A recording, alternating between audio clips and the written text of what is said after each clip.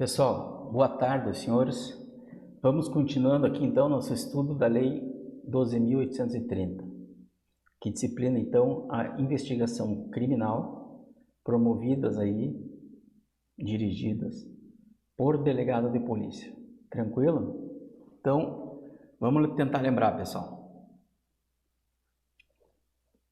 O fato dessa lei disciplinar a investigação criminal a cargo do delegado de polícia, de acordo com o entendimento do STF, não retira a possibilidade do Ministério Público também realizar uma investigação criminal, certo? Veja, nós vimos aqui que o instrumento que é dado ao delegado de polícia para desenvolver essa realização, de modo geral, é o inquérito de polícia, inquérito policial, tranquilo? E existe uma previsão legal para que outros procedimentos sejam criados, mas hoje, em especial, inquérito de polícia, certo? O inquérito policial, desculpe. Veja, a existência do inquérito policial depende exclusivamente do delegado de polícia, certo? O que eu quero dizer para vocês com isso? O Ministério Público jamais vai instaurar um inquérito policial, certo? Eventualmente ele pode requisitar a instauração, tranquilo? Mas o Ministério Público em si não instaura inquérito policial e ele não investiga criminalmente formalizando inquérito policial, tranquilo? O que nós vimos? Que a lei de 2013 aí vem disciplinar alguns atos do delegado de polícia que eram previstos até então no Código de Processo Penal, especialmente lá no artigo 6º, eu acredito que o artigo vocês precisam ter conhecimento. Vimos então que o delegado se dirige ao local do crime, ele isola a área, ele permite que a perícia faça o seu trabalho, posteriormente, depois de liberado da perícia, ele apreende todo aquele conjunto probatório, certo? Adota as demais medidas que instruem o inquérito policial, seja oitiva da vítima, seja oitiva do acusado, seja se ele tem filho menor ou se ele tem dependente vulnerável, enfim, leiam o artigo 6º lá de uma forma mais minuciosa. Posteriormente, pessoal, o que nós vimos, pessoal? Que para que o delegado realize todo esse trabalho, a lei confere uma determinada garantia para ele. Primeira que nós vamos ver duas. Nós vimos uma e paramos. Qual que era? Quanto à vocação, certo? O que é a vocação? Lembrando, uma autoridade superior exercendo, realizando a atribuição da autoridade inferior. Então, o que é? É o ato de chamar para si a atribuição do subordinado, ou seja, você retira do teu subordinado uma determinada atribuição, certo? A lei prevê então, basicamente, duas possibilidades.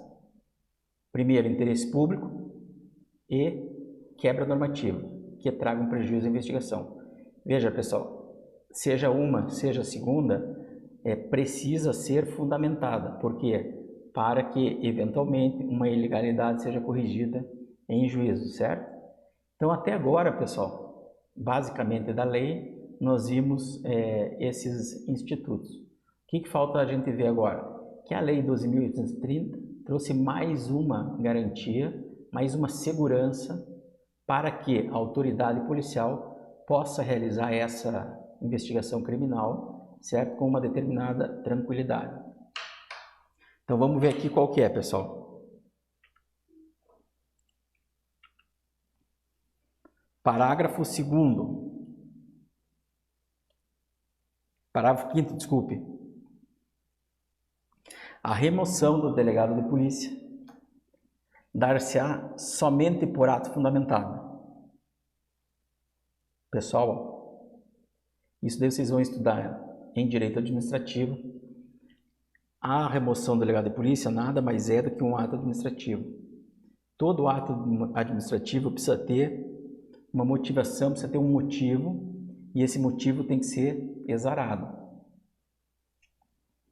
certo? Teoria dos motivos determinantes, ou seja, se você falou que praticou aquele determinado ato por um determinado motivo, se ficar comprovado que aquele motivo não existe ou que aquele motivo não condiz com a realidade, vai caber aí a anulação daquele ato administrativo, tranquilo?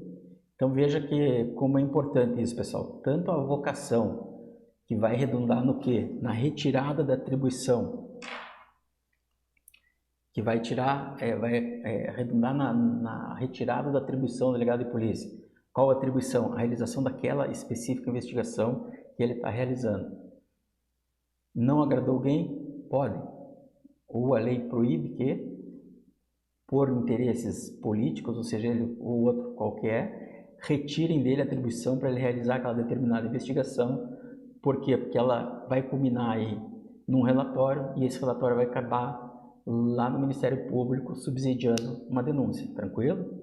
Lembrando que o destinatário da prova continua sendo o juiz. Bom, então veja, essa possibilidade de retirar o delegado da investigação, certo? Ou melhor, de retirar a investigação do delegado pelo Instituto da Avocação, ela tem duas modalidades, dois fundamentos legais só, ou seja, ou acontece um, acontece outro, quebra normativa com prejuízo de investigação ou interesse público, e os dois têm que ser fundamentados, certo? E você tirar o delegado daquela atribuição através da remoção, tá? Também tem que ser fundamentado. Ou seja, isso garante que o indivíduo continue realizando o trabalho que ele está realizando, certo? E não possa ser removido, retirado daquela delegacia, daquela divisão, daquele órgão, seja ele qual for, para que não mais investigue, certo?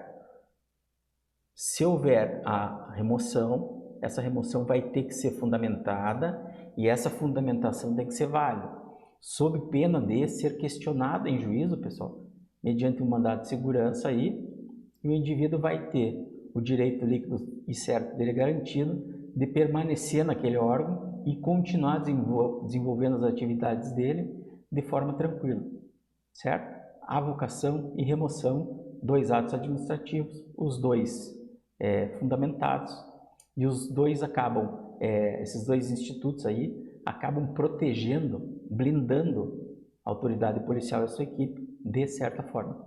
Tranquilo? Agora, pessoal, nós vamos entrar aqui no ponto mais importante. Isso vocês precisam compreender, precisam decorar o texto da lei, mais ainda, vocês precisam saber do que a gente está falando. Nós vamos conversar sobre o indiciamento. Tranquilo? Nós vamos ler aqui, então, o artigo do indiciamento e daqui a pouco nós vamos conversar então, sobre o que é um indivíduo que é acusado, certo?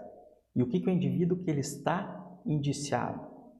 Ou seja, é um conjunto indiciário muito mais forte da autoria. Nós já chegamos lá, tranquilo?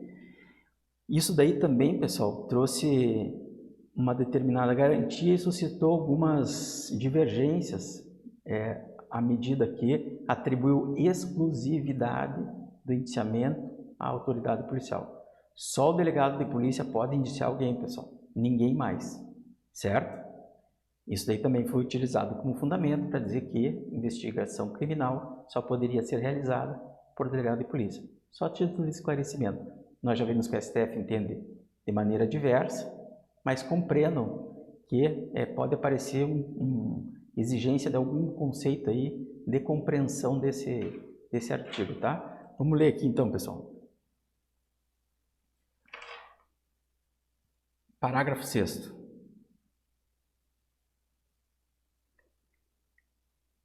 O que fala o parágrafo 6º, pessoal?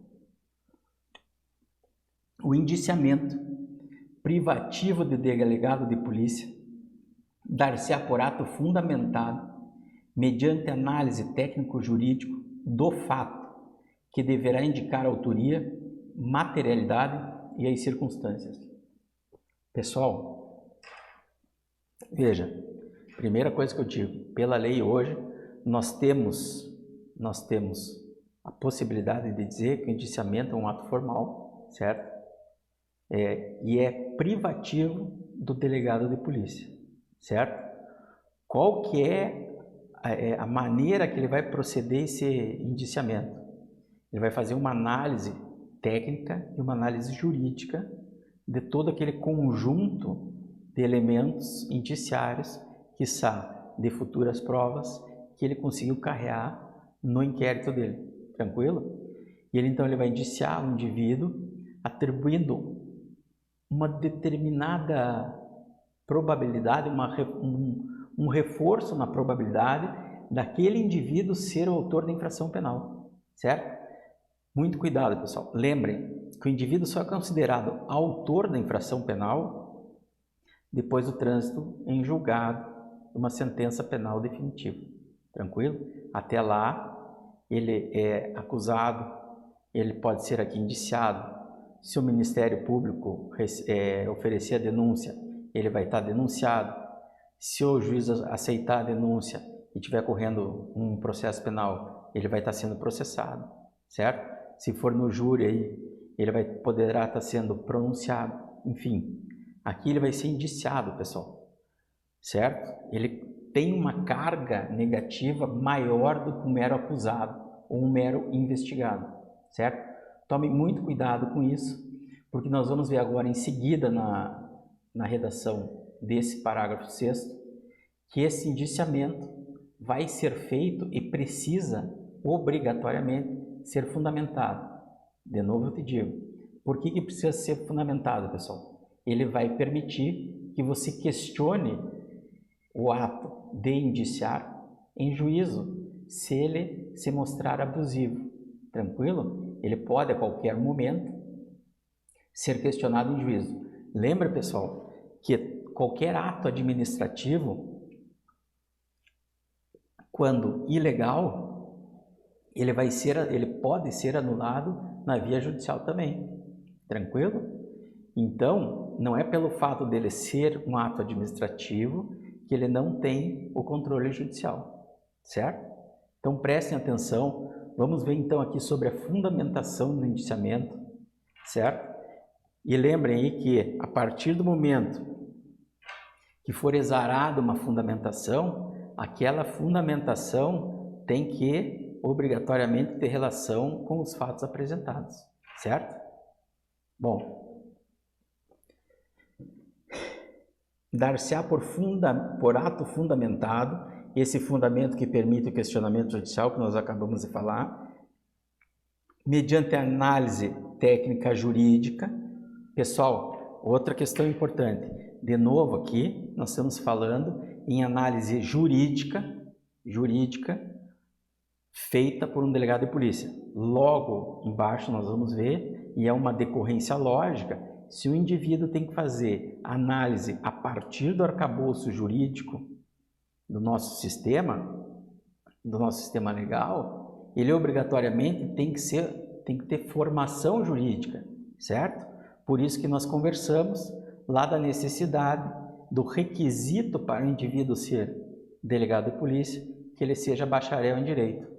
Tranquilo? Isso nós já vamos ver aí no próximo parágrafo.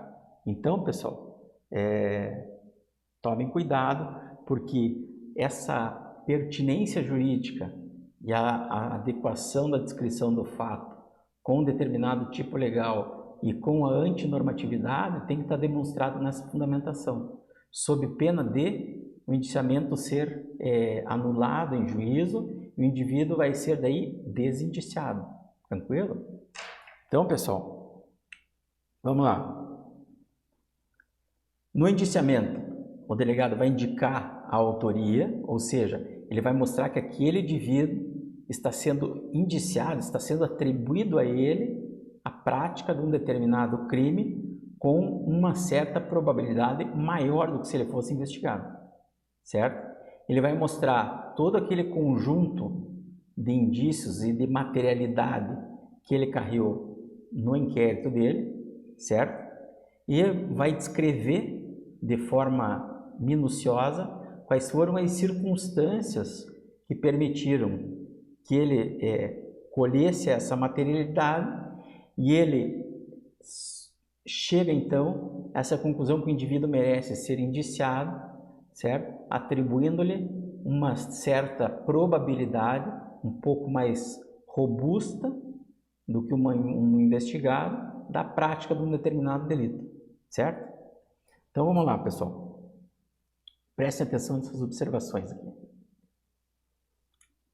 Primeira delas, o que é indiciar? Indiciar é atribuir a alguém a prática de uma infração penal, seja como autor, seja como partícipe. Pessoal, vê se você consegue distinguir aqui. Quando você está investigando um determinado cidadão, que ele é suspeito, ele é investigado, certo? Você tem um grau de probabilidade que aquele indivíduo tenha praticado uma determinada infração penal, certo? A investigação vai se desenvolvendo e o delegado de polícia com a sua equipe vai carregando um conjunto indiciário maior, vai colhendo mais elementos, vai chegar num determinado momento que o delegado vai falar, poxa, tem que ter sido aquele fulano. Mas ele não está condenando, ele está tendo aquela sensação de certeza, vamos dizer assim, numa área administrativa. O que ele faz? Ele atribui àquele indivíduo, então, a prática da determinada infração. Então, o indiciado, ele tem uma carga negativa da prática da infração penal muito mais robusta do que um mero investigado. Tranquilo? O investigado já tem também uma carga ruim, né? Pior, então, o indiciamento. Vamos lá, pessoal. Indiciamento só pode ser feito por delegado de polícia. Pessoal, no nosso ordenamento jurídico, a única pessoa que pode promover um indiciamento, ou seja, atribuir a alguém a prática de uma infração penal com uma determinada robustez na esfera administrativa, dentro do inquérito policial, certo? Vai ser o delegado de polícia. O que eu quero lhes dizer é o seguinte, suponha que uma investigação criminal que ela não seja balizada pela Lei 12.830 esteja sendo realizada lá em sede do Ministério Público. Pergunto-lhes, poderia o promotor atribuir com certa robustez a prática de uma infração penal a um indivíduo e indiciá-lo? Não. O indiciamento só vai acontecer aqui, pessoal, feito pelo delegado de polícia. Tranquilo? Então grifem aí, Ministério Público, por mais que ele possa sim realizar a investigação criminal, ele não pode indiciar. Veja, um desdobramento lógico aqui, pessoal. Se o ato é privativo do delegado, ele tem que partir do livre convencimento do delegado, certo? A partir da análise que ele vai fazer, jurídica dos fatos e dos elementos que ele colheu. Isso significa, pessoal, e aqui é muito importante dizer que o Ministério Público não pode requisitar o indiciamento, de maneira alguma. Ou o delegado indicia, ou ele não indicia. Ele não pode ser obrigado a indiciar alguém, compreende? Então, esse ponto aqui é um ponto espinhoso.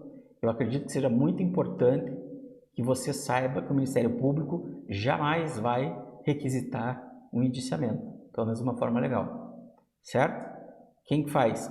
Só o delegado de polícia, fundamentadamente, e tem que mostrar com base no que ele está fundamentando aquilo. Vamos lá. O indiciamento requer certeza, entre aspas.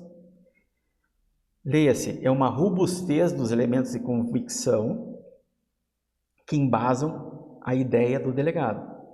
Ela ultrapassa, ela extrapola a condição de suspeito. Então você tem um suspeito, você está investigando, ele é um mero suspeito, mas você ainda não tem condição de chegar à conclusão que foi aquele indivíduo, veja, conclusão em seara administrativa, que aquele indivíduo é o provável autor de determinada infração penal. Quando que pode acontecer o indiciamento, pessoal? Veja, por óbvio, enquanto houver a atuação do delegado de polícia e ele que estiver conduzindo a investigação. Quando que termina a investigação, pessoal? Quando ele manda lá para o Poder Judiciário, abre vistas ao Ministério Público e o Ministério Público oferece a denúncia. Então, desde o início do inquérito policial, seja ele mediante portaria, requisição, auto de prisão em flagrante, começou o inquérito, até que ele relate, ele pode indiciar o indivíduo. Pode ser indiciado, inclusive, no relatório, que é o último ato do inquérito policial. Passou o relatório, gente, não tem mais lógica ocorrer o indiciamento, tranquilo? Inclusive, se for ocorrer esse indiciamento aí, num retorno para diligência, alguma coisa assim, mas que já exista ação penal, certo? Um cumprimento de cota, alguma coisa nesse sentido, já tem decisão que esse seria um constrangimento legal. Por quê? Porque a partir do momento que o Ministério Público ofereceu a denúncia, nós aí estamos instaurando a lei do processual penal, o juiz recebe, certo? E ele vai ser denunciado. Passou já o momento de a gente discutir o indiciamento, certo? Não existe porquê. Vamos lá, pessoal.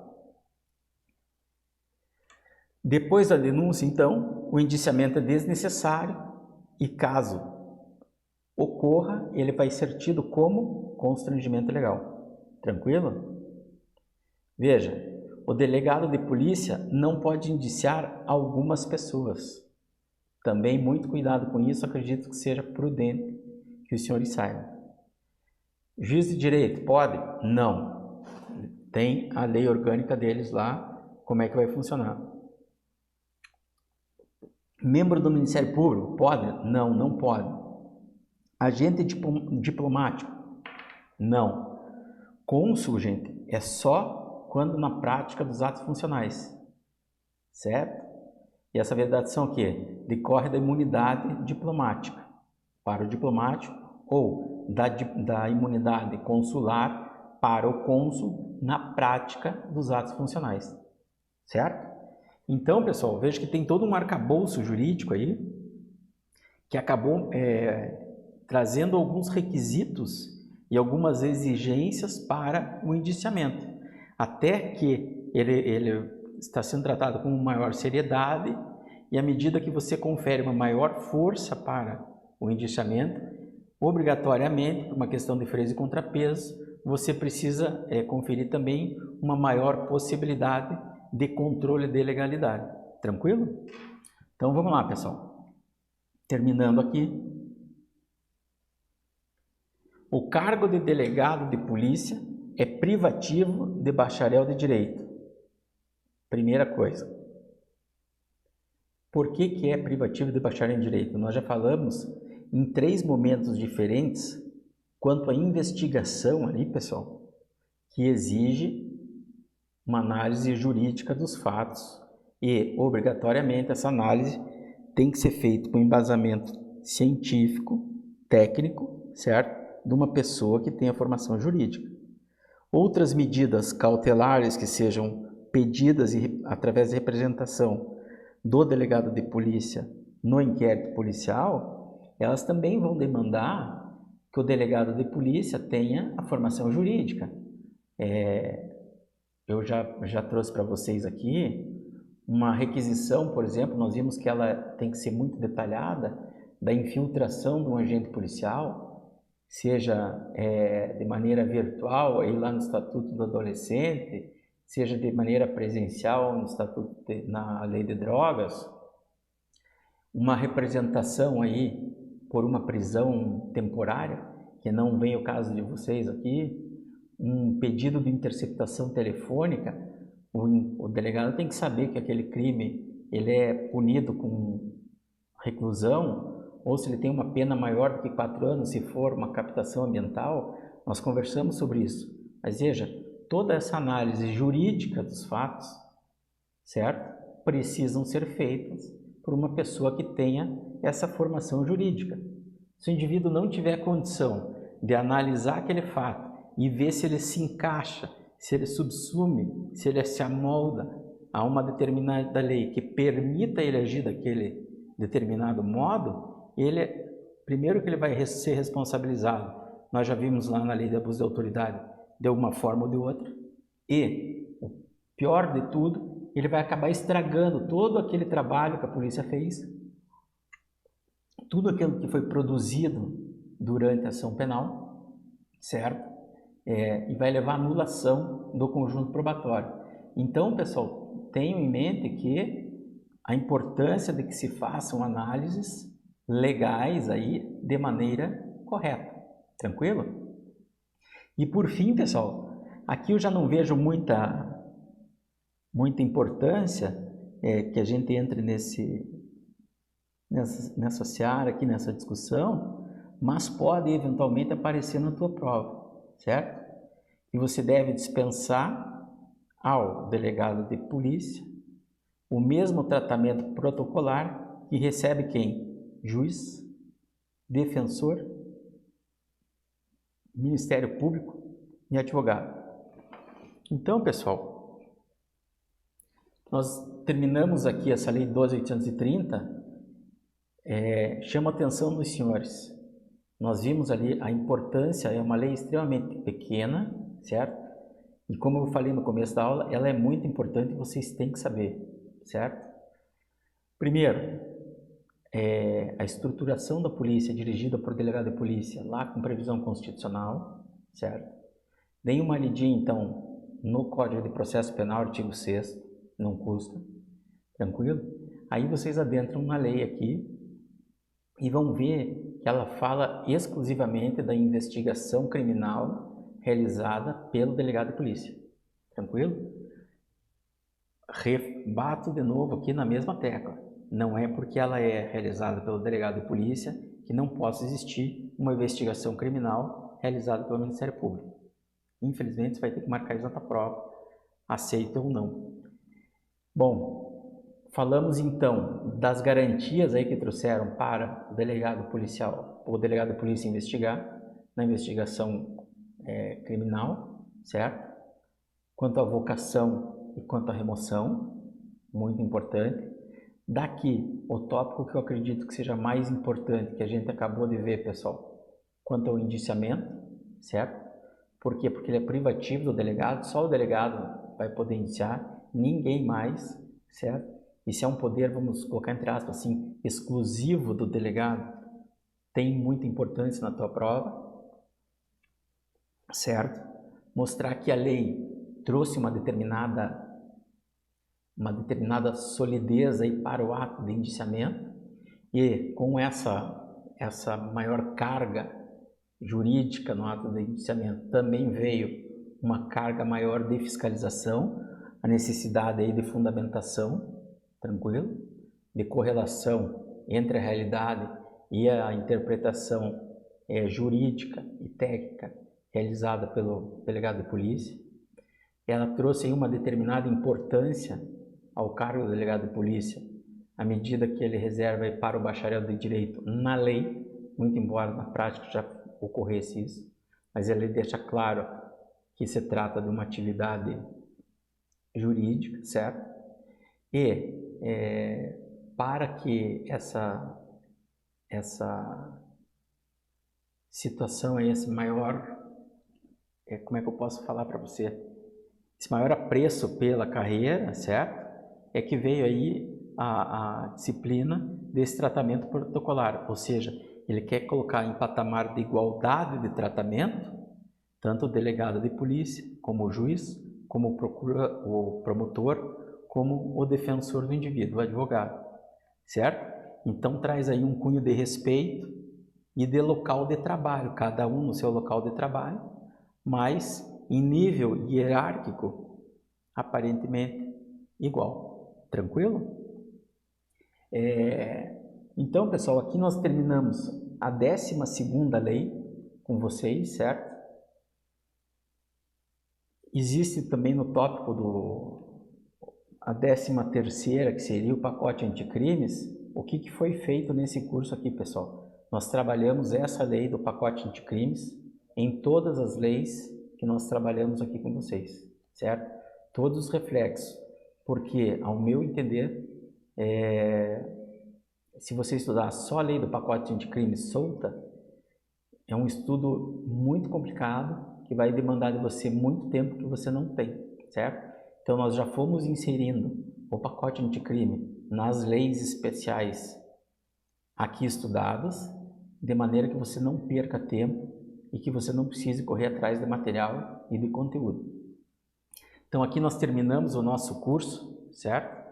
O nosso estudo, e a depender aí do tempo e da possibilidade de que vamos marcar a data da prova, nós vamos retornar aqui com uma possibilidade aí de revisão ou alguma coisa nesse sentido. Tranquilo? Então, muito obrigado a todos e vamos terminando por aqui. Boa sorte. Desejo sinceramente aí que todos que estão assistindo esse curso, que todos que estão estudando aqui conosco, tenham sucesso aí nesse certame. Valeu!